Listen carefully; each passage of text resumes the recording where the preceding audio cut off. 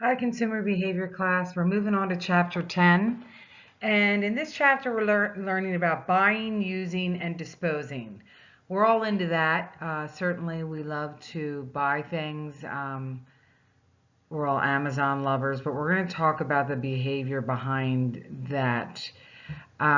There's a lot that goes on before we make a decision, and some of you did this already by answering some questions in your field exercises, kind of going through the problem solving and how you make a decision on a product that you purchase, whether it's online or brick and mortar. So let's talk about the consumption situation. So this includes a buyer, a seller, and a product or a service. But there's also other factors involved, like the reason you want to make the purchase in the first place and how the physical environment makes us feel. Now, clearly with COVID-19, we haven't felt that physical environment. And if we have, we've been wearing masks and going up, arrows on aisles, and, it has not been the ideal situation.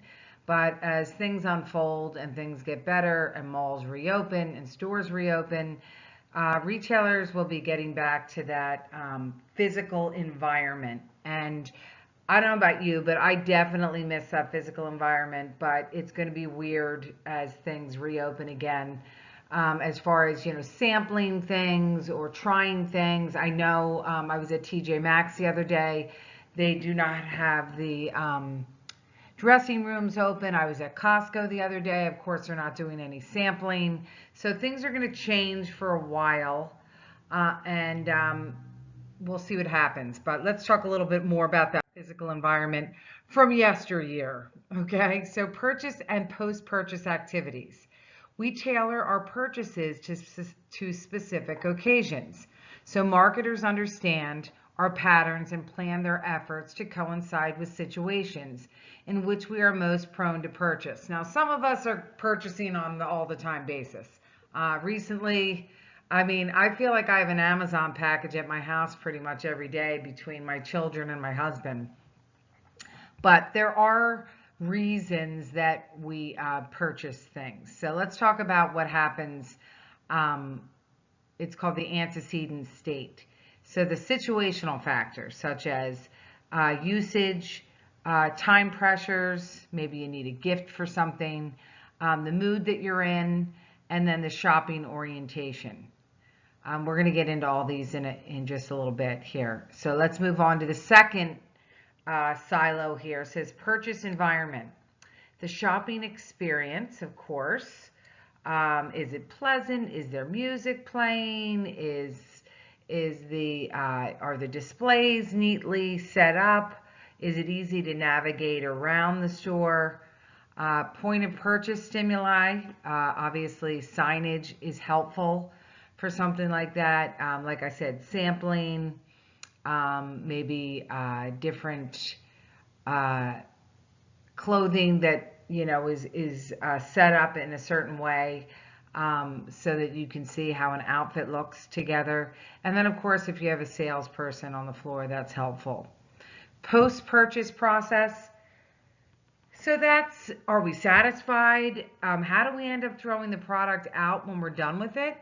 And then what are alternative markets? So this is kind of like setting up the whole chapter here. So let's go through each part. I think you can relate to most of this, as I said, putting concepts to definitions to concepts you already know. Okay, so social and physical surroundings. There's a situational self-image. It affects a consumer's motives for product usage and product evaluation. On a date, you may spend more lavishly, for example, or do something you wouldn't normally do if you had, say, visitors in town. The decor, the odors, and the temperature definitely affect us. We talked about this before in previous chapters where, they have like a fragrance in the air that gets you kind of in the mood. Look at the picture of the casino I have here. Dimmed lighting, decorative floors, some bright lights up high, It just kind of think of it as like setting the mood, getting people like ready for the night. Co-consumers is the type of people who patronize a store or service that affects our evaluation. So, certainly there are some stores that I have seen in the Boca Mall that I'm like, I'll never go in that store. I don't even see anybody in that store. Very high-end items, jewelry, um, clothing, things like this. So I think of like a restaurant where like a jacket's required. So it's like a higher standard. Or if it's an empty store, or lack of attendance at an event, that also gives us a an evaluation of the event or the store. If nobody's in there, I guess it's no great shakes, as they say. But for example, you go by the Apple store, and nowadays there are a lineup set up to get in. But normally it's like bees to honey. It's like the hive is working, and there is constant movement in that store. So, but that might be exciting to you. Whereas I look into that store and I say, no, I'll go another time. So this is probably one of my favorite topics in the chapters. And again, relating this back to your paper, thinking of the concepts that we're talking about in these chapters, you need to relate eight plus concepts back to your paper on the comparison of the Great Pause with the Great Recession or the Great Depression, and then taking those concepts, whatever few that you decide on, and relating it back to what we're learning this semester. So time to me is it is our most precious resource. It's something we can never get back. And the old sayings that I have here is time is money, making time, or spending time. I think of all those things because, or put in there wasting time. That's probably what annoys me the most. So whenever you get the opportunity to speak to someone, maybe in an internship, or you get to interview someone like a mentor, think of that as like such a great thing, a gift that they're giving you, the gift of time, as they say, because it's something that you'll never get it back, and it's really something that is really important, especially as you get older. So moving on is open rates, the percentage of people who open an email from a marketer. Okay, so if you are doing any kind of social media for an internship this summer or in the future, I did this a lot in fundraising for a university I used to work for, and we'd always try to find the best time to solicit someone via email, because we know we are constantly getting inundated with messages, whether it's through Facebook or email or whatever the case may be. And so they looked at what's the best time of day to solicit someone, and it's midday weekdays. So really it's like Tuesdays, Wednesdays, and Thursdays midday. They find that Mondays and Fridays are not good.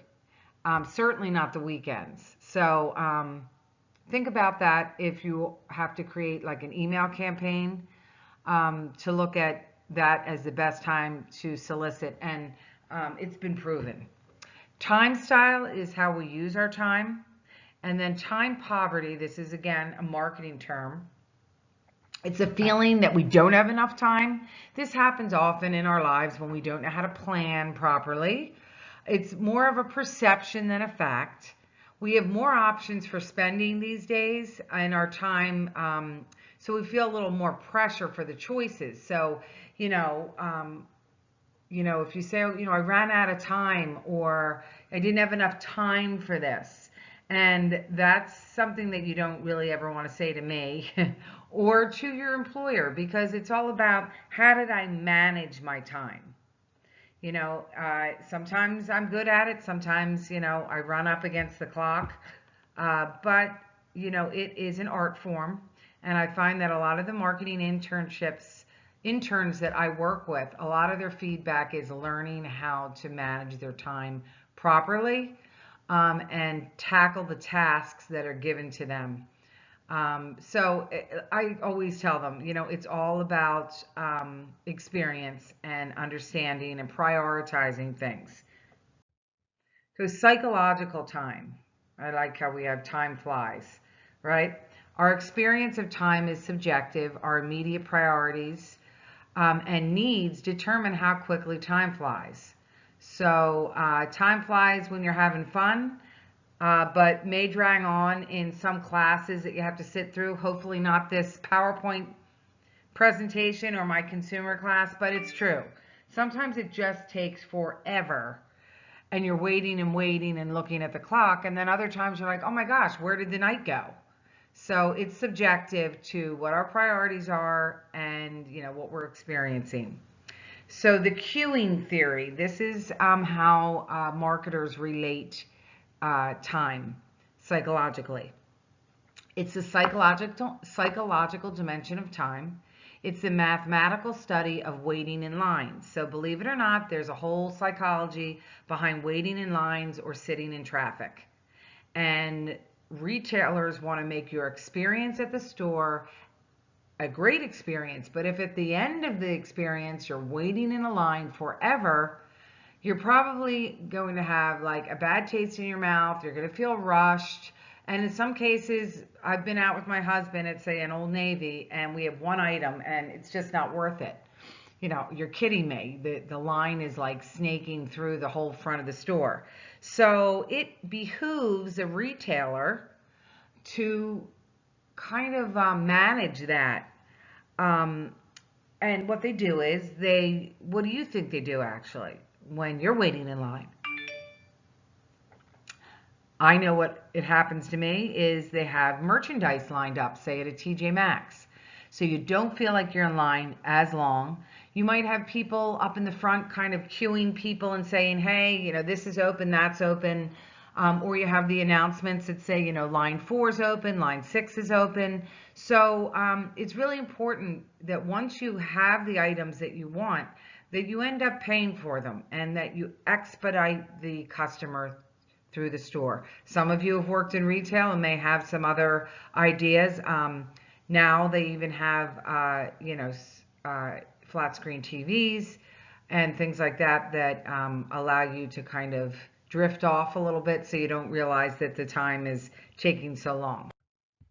So temporal factors, psychological time, there's 4 different dimensions that were done in this study. Okay, the first one is social time. And that's time for me or time with others.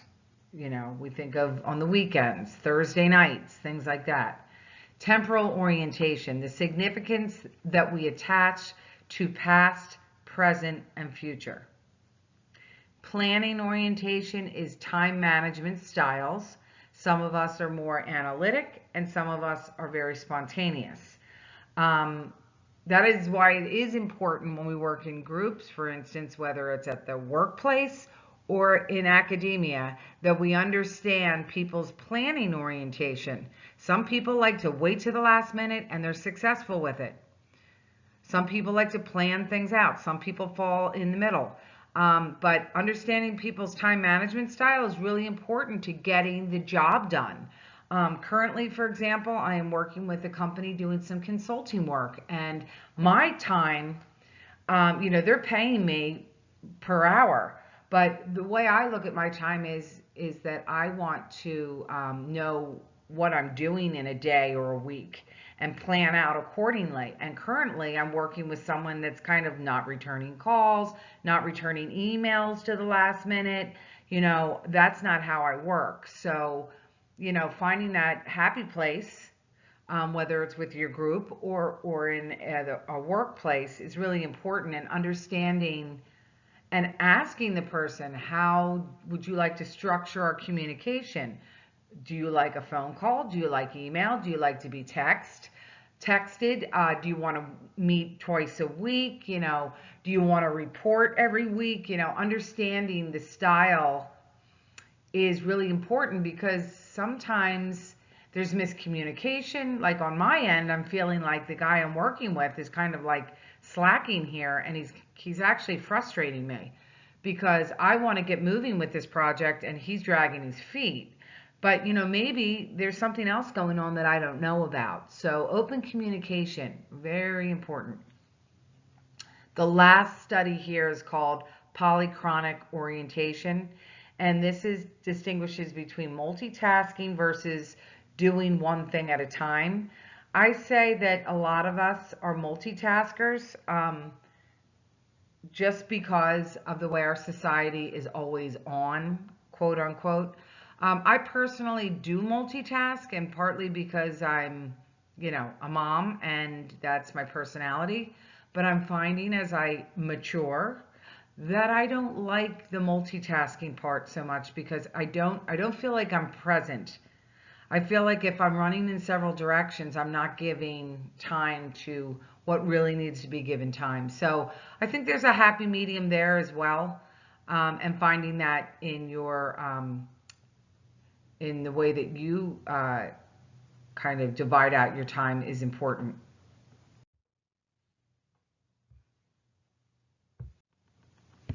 Okay, so this slide's kind of a fun one. 5 metaphors that capture perspectives on time and shopping. So this is going to be one of those you fill in the blank that makes the most sense that with the shopping habits that you have. So I'm going to start off with it. Okay, it says time is a blank. So if you're the type of person that is time is a pressure cooker, you have more methodical shopping. You're always kind of have a time limit because you have other responsibilities going on in your life. I felt like that early on in my in motherhood when I only had a certain amount of time to go to the grocery store before someone started acting up or needed a nap. Okay, time is a map. So information search and comparison shopping, you do a lot of that first before you actually go shopping. Time is a mirror, so it's about convenience and loyal customers. Time is a river, unplanned and frequent shopping trips. So obviously the river part you can't do a lot of during COVID-19. So uh, if that was your style, you were probably, the river was jammed up in a dam and you had to really plan things because, we didn't want many people in grocery stores. We have to wear masks and there was too much at risk. And the last one is called Time is a Feast. So time is more hedonic consumption and variety seeking. So remember when I said hedonistic is something more like fantasy, more about like spas and treatments and things for beauty and making us feel kind of good. So a variety seeking, you know who you are. A lot of those people are people that like to go to maybe smaller boutiques for something different, that kind of thing. Okay, so I want you to think about what ways do you experience time poverty? Remember what we talked about in the last slide. So, what products do you purchase because of a sense of time poverty? So, you are running out of time, so we purchase items accordingly. Maybe it's something we use on a regular basis. Maybe it's something like I think of health type products, whether it be something that we need for our health or sight. For instance, if you're someone who needs um, who wears contacts and you need contact lenses or contact solution or things like that because you're have a limited time where you can't go without it. So sometimes we plan and sometimes we don't. Time poverty might also come into play when we forget it's somebody's birthday and we have to purchase something quickly or get ready for something that we weren't expecting. The shopping experience. Okay, so the information in a store's layout, website, or salespeople provide strong influences on your purchase decisions. So you may not think that, but think of the opposite. I think of some stores you go into, they're just a complete mess and a complete disarray. And it's like, I don't like walking into those stores. Some people love it. They're like, oh, the thrill of the hunt. But I like a layout that's inviting and kind of takes me through the store. Plus, salespeople that are helpful but not too helpful. You know what I'm talking about. And of course, if you're ordering online, you want something easy to navigate so that you're not going back and forth just trying to purchase something, or it's just not worth it. So the next concept here is called design thinking, the importance of creating products, services, and stores that reflect the customer's lifestyle. So when you know your customer, you can create an atmosphere for them. So think about stores that you go to that reflect you. So it might be something like an REI or a Pro Bass shop, a Dick's Sporting Goods, something that reflects what your hobbies are and your lifestyle is. Understanding the customer's journey with the product from the beginning to the end, and understanding the user experience. So to me also, that goes back to the salespeople. So if you have someone in the store that is actually knowledgeable about products, it's very helpful. So I think of places like Whole Foods or Trader Joe's, where you get someone knowledgeable when you ask them a question. So, I'm gluten free, so it's very nice when I come across someone that actually knows what gluten free is and points me in the right direction to products, or can answer questions about gluten free. So, and the next term on this slide is called GEMBA. It's observing customers in a real environment where product is being used, in other words, it's not a lab. So it's really important for companies to just observe the customer once in a while. And understand that, and these studies are done, what's going on when you bring the product home? Where are you using it? How are you using it? And you get a lot from that because they get an understanding of the customer's behavior. And if you understand the customer's behavior, guess what? You're better marketing towards them, marketing to them, advertising to them, messaging to them. Okay, so the figure here is the dimensions of the emotional state.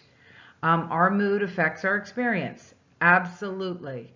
And this video here I want you to watch, and we'll get into this chart here in just a second. It's all about, the retail experience, specifically going to the mall, how the malls are laid out, why they're laid out the way they are, why a store is laid out as well. And take a look at it. And, I think what it's going to do is help you get an understanding the next time you do go out into retail and look at things differently. How are things laid out to connect with us emotionally? So I want to look at some of these mood effects here on this chart. So we have lots of things that, are on the four corners. One is arousing, the other one's pleasant, sleepy, and unpleasant. So first off, if you're tired, guess what? Don't go shopping because you're going to buy stuff you don't want to buy or regret. But if you're like in a pleasant mood or excited, you're going to buy things that you want. You're excited to do it. But when you get to the left side of this chart, unpleasant, you're just having you're in a bad mood. Although I think that's called shopping therapy if you do buy a few things. So, I think we can all agree that our mood definitely affects our experience in a store. It also affects how many things we purchase and what we purchase. So keeping us in the mood at retail, okay? What do companies do? We talked about things like fragrances, okay? Whether it's a perfume or it's, a smell of a product, okay? We also have things called atmospherics, okay? That's a $1 million word, but I love it. You sound very smart when you use the word atmospherics. So what's going on in the atmosphere? What displays are set up? What mannequins? What do you have on the walls? What type of lighting in the store? What else is important? Music. Okay? You might not realize it, or maybe some of you do. You're in marketing, you should be getting into the groove here and understanding what it takes to get us in the mood. So what do retailers want? They want us to go into their store and just kind of forget that we're in there and we're moseying around, listening to music, taking our time, maybe realize we like a song, we're humming it, whatever the case may be. So I have two videos here. The first video is from a company that my husband used to work for, called the In-Store Audio Network. And it's a pretty interesting company where they do a lot of work mainly in grocery stores. But they are the audio network where you hear music, but they also stop throughout your visit and talk about things that are on sale. If it's, for instance, allergy season, promoting a certain allergy medicine, or, don't forget to pick up your stamps, or this product's on sale. And it tells you in the part of the store that you're in, so they direct you where to go while you're in the store. So that's one video. The second video talks about more about, what mood, how mood is affected by music. And personally, I hear music all the time. And I always, because I'm a marketer and this is what I do for a living, I get it. But if you listen to, like, not real fast music, but something upbeat, kind of like classic rock type music, if you know what that is, I know your parents do. But it's kind of like upbeat enough. But if it's too fast, it kind of pushes people out of the store. But I'm sure that you can think of different stores that kind of get you in the mood. Set the tone of the store with like cool surfer music. If you're talking about Hollister, with like the fragrance and the loud music and the darkness, versus maybe a brighter store that has kind of soothing music that goes with the type of products that they're selling. So the next time you're out and about, I just want you to listen and think about it, and at least know that you did learn something while you were in this class and you remembered it. Okay, now reasons for shopping. I don't think a lot of us need too many reasons for shopping, but there are reasons. A lot of it leads to things like social experiences. My daughter wants to go out shopping, for instance.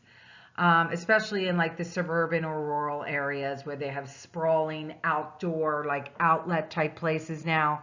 They're not so much in malls, but they have, you know what I'm talking about, in Palm Beach, they have these kind of outdoor outlet where you stroll around. There's a food court and there's some concession stands, and there's different pop-up shops. So that's kind of more of an outdoor social experience.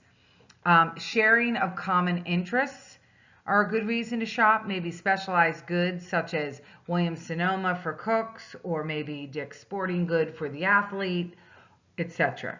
Interpersonal attraction, like my son, for instance, said, "Mom, can I go to the mall on Friday?"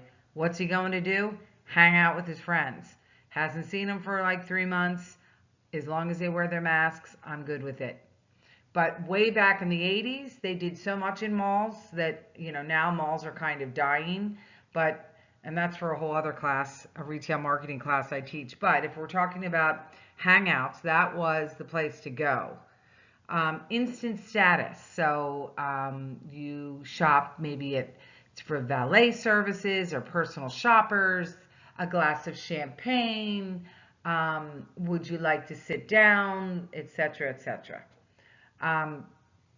The thrill of the hunt. So haggle and bargain, or just find that perfect item. So you might like going to consignment stores, flea markets, TJ Maxx, Home Goods, any of these kinds of places. Personally, I love that. It's fun for me. And my daughter, evidently, she's picked up a few shopping habits from me. Okay, so e-commerce, we start thinking about, what's better, and we call it clicks versus bricks, or bricks versus clicks, however you want to say it. So the bricks obviously are the brick and mortar type stores versus shopping online. And that's why I had you do that exercise, because there's definitely benefits to both. If we're going to the actual store, we might get good customer service, and it's more convenient because maybe there's not a shipping fee and the product's right there. Whereas, online, you might get more options. Online, there's not as much security. There could be fraud. You're missing that actual shopping experience. And again, there may be shipping charges. But we find today that the lines are kind of blurring with both Amazon and places like Warby Parker, recently LL Bean, and I could go on and on. But basically what's happening is they found that let's not just do online anymore. Let's actually provide a store at a mall or a strip mall or a pop-up shop. And they call it's giving them omni-channel exposure. I like that word, omni-channel. They're in every channel.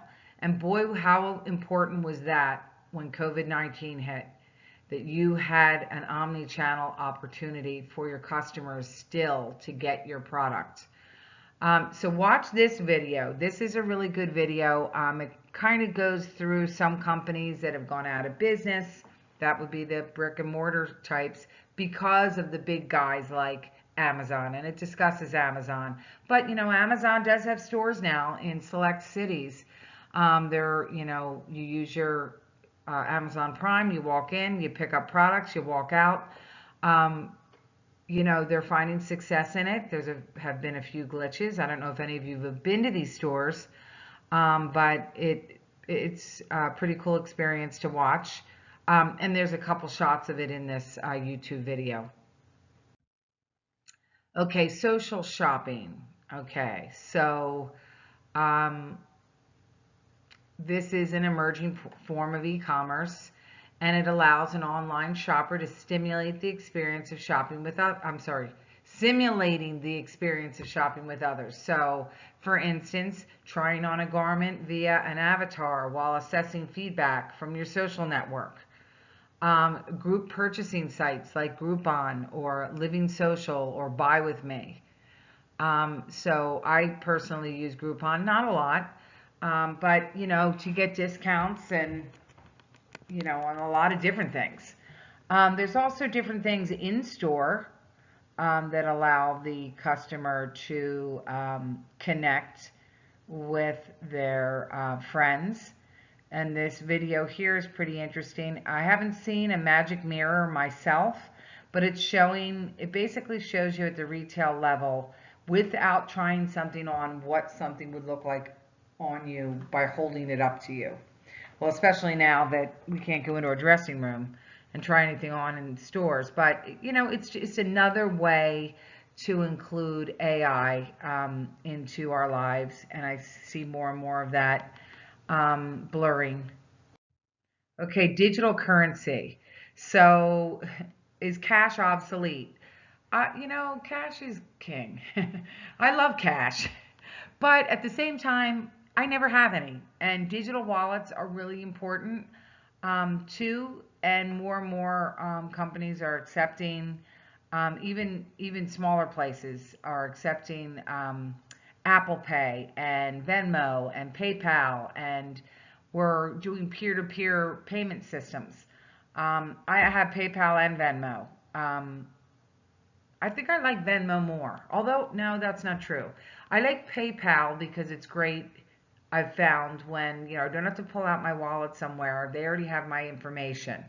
Venmo I like when I'm, say, going in on a gift with someone, or someone owes me money or something, they just Venmo me. I do a lot of this with my children. You probably do this a lot with your parents as well. And the last term is called Bitcoin, if you haven't heard of it, but this is controversial system, and it uses peer-to-peer technology to operate. But the problem is there's no central authority or banks using this cryptocurrency, which uses a system called blockchain rather than banks. And the problem is that this information can be hacked. So I think things are improving with it, and there's more and more security, but it's just a term I want you to be aware of as part of our consumer behavior class. Okay, retail as theater. So part of my life, I've worked in retail. I worked for a grocery store called Abco Foods Desert Markets in the Southwest, specifically in Arizona. And I've always loved retail and find it pretty fascinating because I think like they're getting better and better with giving us kind of a theater as they're explaining in the text. So they might have something like a landscape theme where they associate with nature, such as your Bass Pro Shops that have like a pond and a section where you can try things out, and they have foliage and an actual deer and koi in the pond. So they make you feel like you're really there. Okay. Marketscape themes are associations with man-made places, such as, say, the Venetian Hotel in Vegas. So you might not think of a hotel as retail, but there's lots of things that go on in a hotel that you're spending money on. Cyberspace themes, information and technology such as eBay instills a community among its vendors and traders. Another one that does this is Etsy. Just ordered something off of Etsy. Mindscape themes are more fantasy with spiritual overtones. I'm thinking more like spas. There's a lot of these like salt rooms, water pressure type themes, like kind of taking you to another place. Store image, the store's personality. Yes, the store has a personality. So the location of the store is very important. Is it in an upscale mall, an upscale area? Is the sales staff, knowledgeable? And we get into that word again, atmospherics. Is the design of the store enticing, and does it bring us in? Are we kind of discovering things, like we can try things out?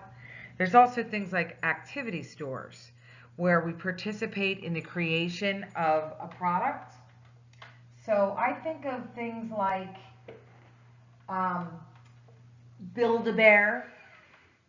I think of things like Lush. Anything where you can get involved with the product.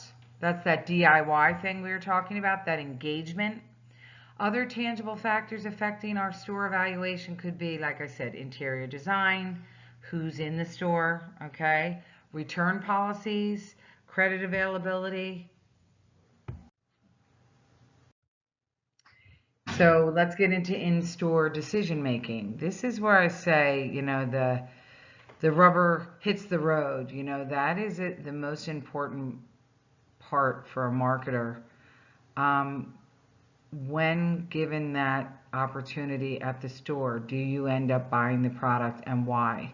So the first reason is we have mental budgets. So we give ourselves mental slack for unplanned purchases. If we know we're going into a store and we pick up maybe a candy bar or a pack of gum or whatever. Then there's unplanned buying, which kind of goes with this, okay?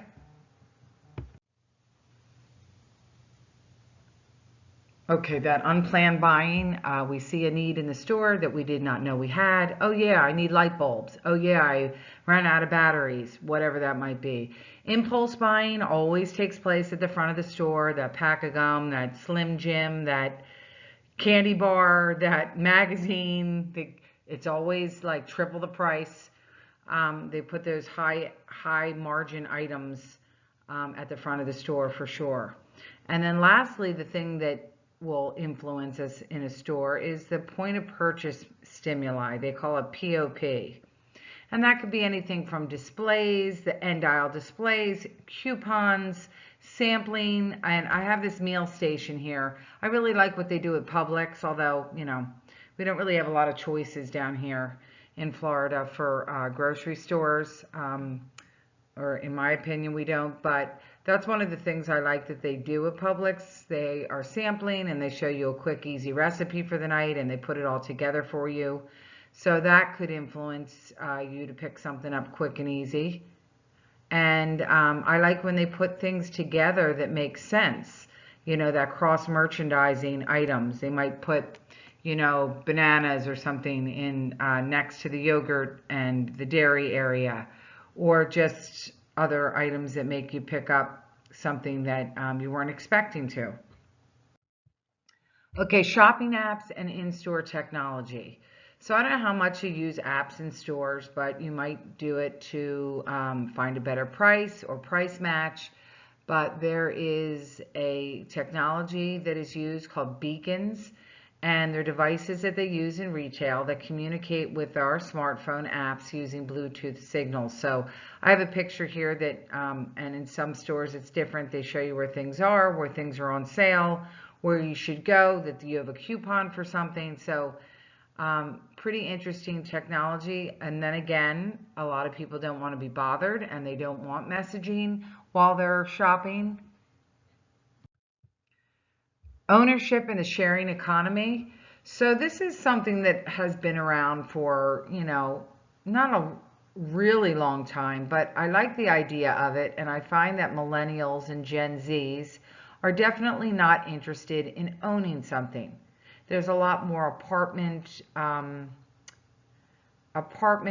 rentals going on versus I own a big old home.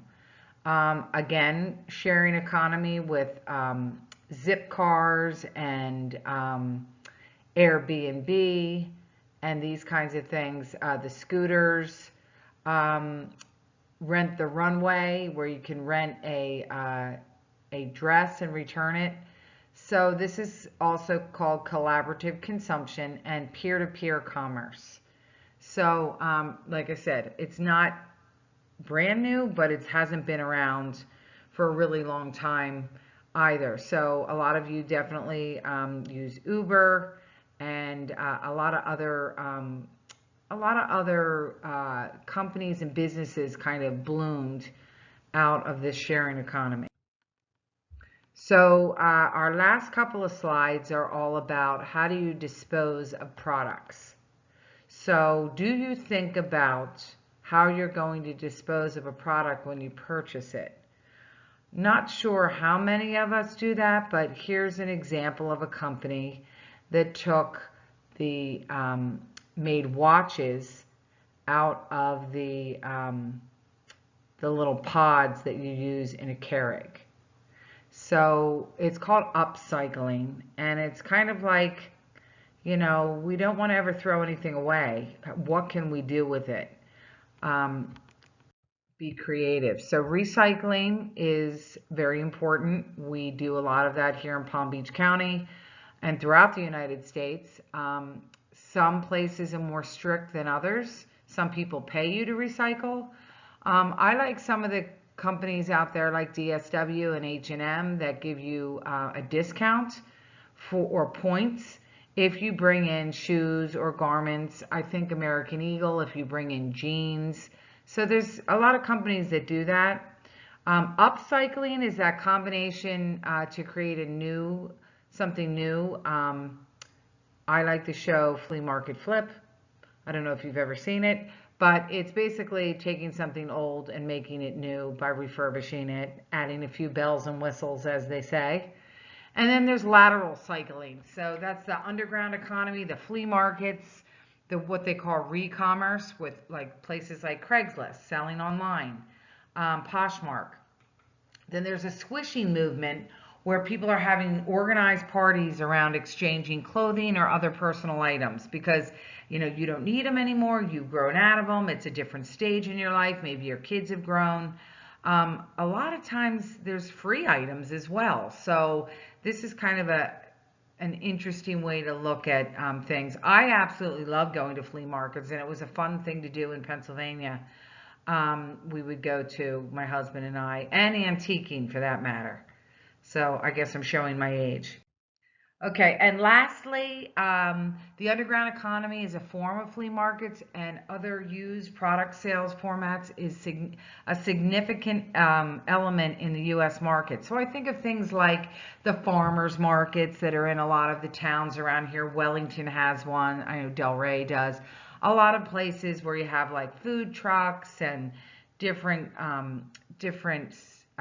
booths selling foods and products maybe that they're growing, honey and soaps and jewelry. These kinds of little markets pop up all over the place. I love that stuff. I always think I'm going to find something cool and different. So this ends our chapter 10, I believe it is. We're moving on to chapter 11 in just a moment. So again, always a reminder, keep working with your group, listening to these, I want to call them audibles, if you will. I think they help you get a better understanding of the concepts, and also watching the videos that are embedded in the slides.